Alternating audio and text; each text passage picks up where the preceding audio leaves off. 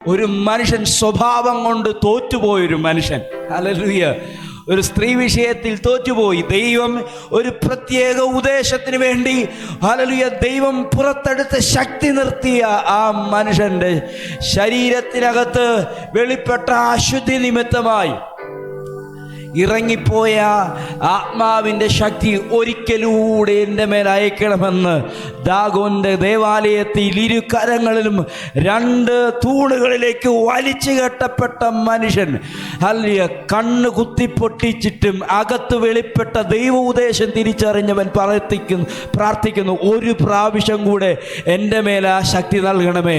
അത് കാലഘട്ടം പഴയ നിയമമാണ്, പുതിയ നിയമത്തിൽ മാറാതെ ഉച്ചരിച്ചുകൂടാത്ത ഞരക്കങ്ങളാൽ നിങ്ങൾ അനുവദിക്കാൻ വേണ്ടി ആഗ്രഹിക്കുന്ന ഒരാത്മാവിൻ്റെ ശക്തിയുണ്ട്. അവൻ ദൈവരാജ്യം പുറത്തു കൊണ്ടുവരാനാ പ്രവർത്തിക്കുന്നത്.